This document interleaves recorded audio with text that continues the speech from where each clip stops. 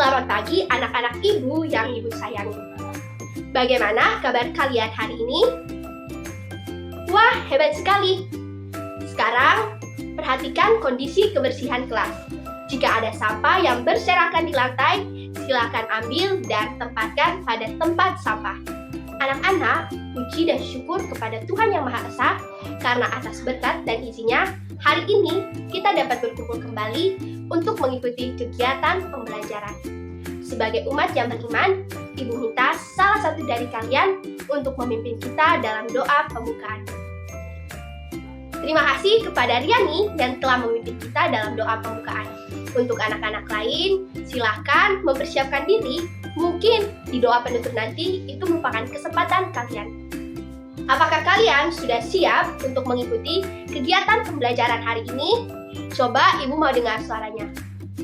Wah, rupanya kalian semua sudah siap untuk mengikuti pelajaran. Untuk itu, mari kita mulai pembelajaran kita hari ini. Nah, sebelumnya, ibu ingin mengecek kehadiran kalian terlebih dahulu. Apakah semuanya hari ini hadir? Wah, bagus sekali anak-anak ibu yang tersayang. Pertahankan kehadiran kalian ya. Sekarang, ibu ingin mengajak kalian semua untuk menyanyikan salah satu lagu nasional. Lagu nasional yang kita nyanyikan hari ini adalah lagu dengan judul Tanah Airku yang diciptakan oleh Ibu Su. Ada yang sudah tahu lagu ini?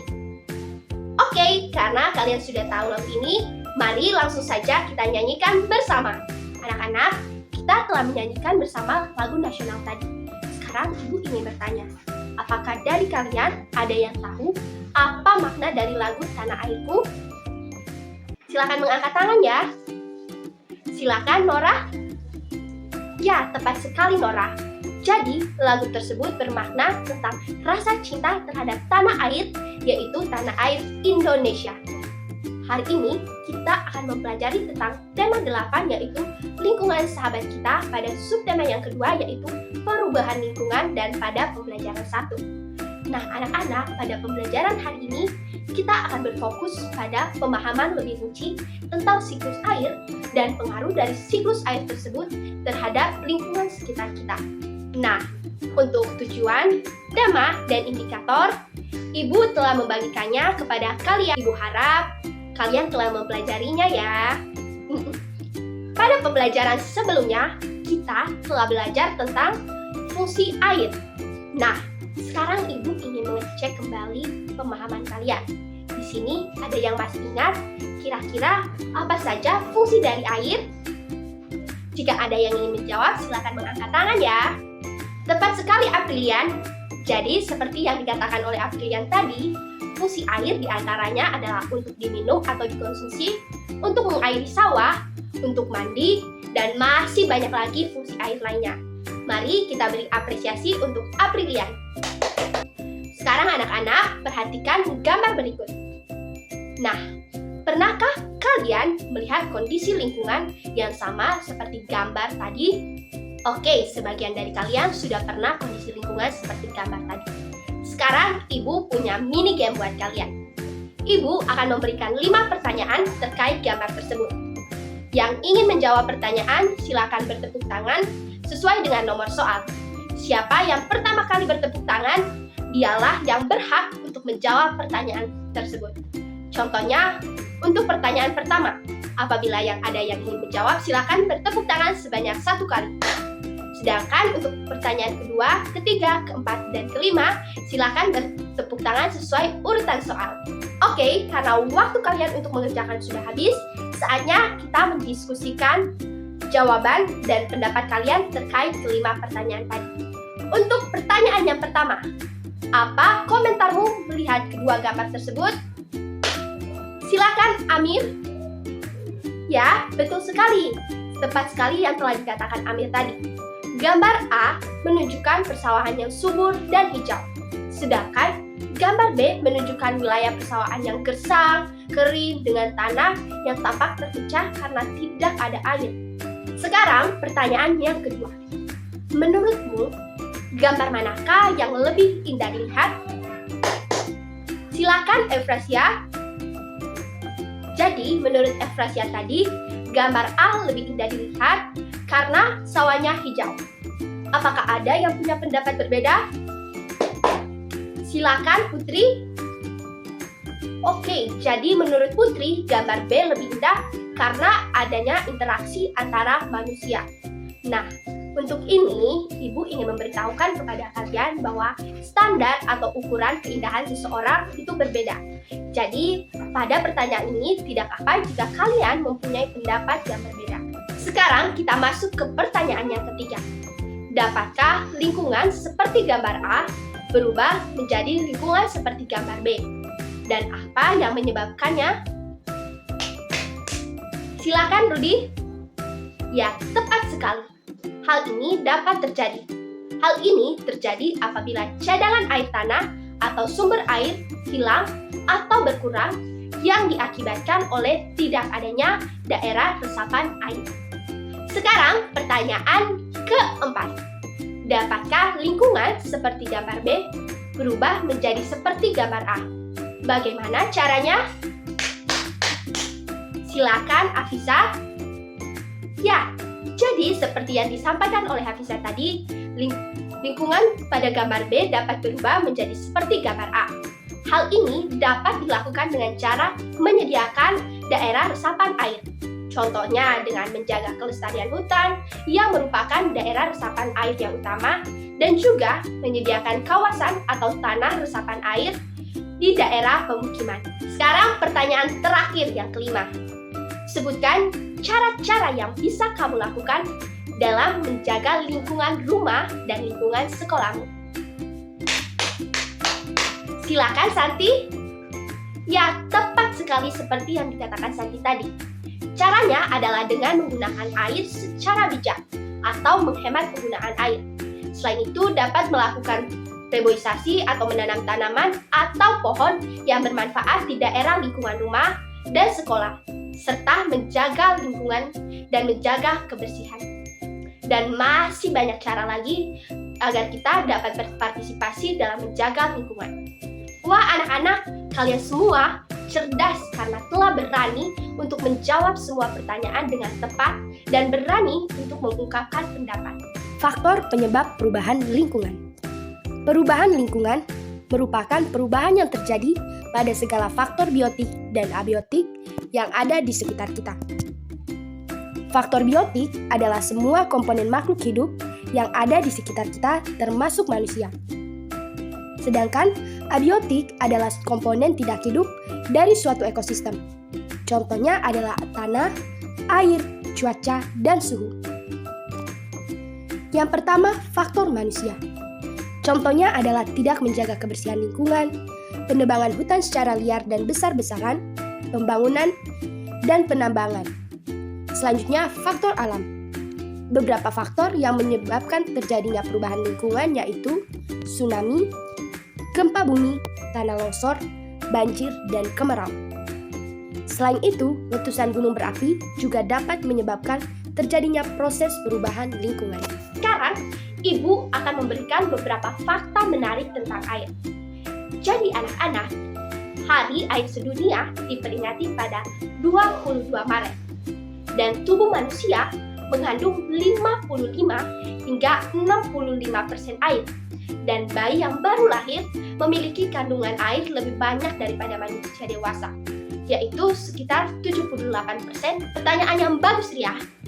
Jadi, air berasal dari meteor dan asteroid yang menghantam bumi.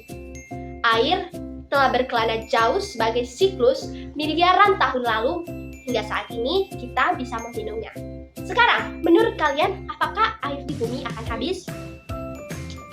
Sekarang, menurut kalian, apakah air di bumi akan habis? Coba Ibu dengar. Jadi anak-anak, pada dasarnya, salah satu hal yang menyebabkan air di bumi tidak bisa habis adalah karena adanya siklus air. Di mana siklus air ini merupakan proses di mana turunnya air atau H2O yang terjadi di atmosfer bumi. Lalu, air tersebut kembali lagi ke atmosfer. Peristiwa inilah yang disebut dengan siklus air atau water cycle. Sekarang anak-anak, kita akan membaca teks terkait siklus air, yaitu pada bagian yang pertama. Nah, supaya kalian lebih memahami isi dari teks tersebut, Ibu beri kalian waktu untuk membaca dalam hati. Jagalah ketenangan dan jangan mengganggu teman lain ya. Anak-anak, sekarang Ibu menugaskan kalian untuk mengerjakan tugas pada LKPD 1. Ibu beri kalian waktu 5 menit untuk mengerjakan tugas tersebut. Anak-anak, waktu kalian untuk mengerjakan LKPD 1 telah selesai. Saatnya, mari kita periksa jawaban kalian bersama. Periksakan dengan jujur ya. Oke, untuk peristiwa yang pertama, Ibu meminta untuk anak-anak pada deret bagian kanan untuk menjawab. Ya, tepat sekali. Jadi, air bergerak ke udara dan meninggalkan tanah melalui penguapan. Dan air turun lagi ke dalam tanah dalam bentuk air hujan. Untuk peristiwa yang kedua, Ibu minta pada anak-anak yang pada deret bagian kiri Ibu untuk menjawab. Jawabannya jelas ya. Air yang turun kembali ke tanah, kemudian masuk dan bergerak ke dalam tanah melalui celah-celah atau pori-pori tanah serta bebatuan. Untuk peristiwa yang ketiga, Ibu minta semua dari kalian untuk menjawab. Wah, kalian kompak sekali ya.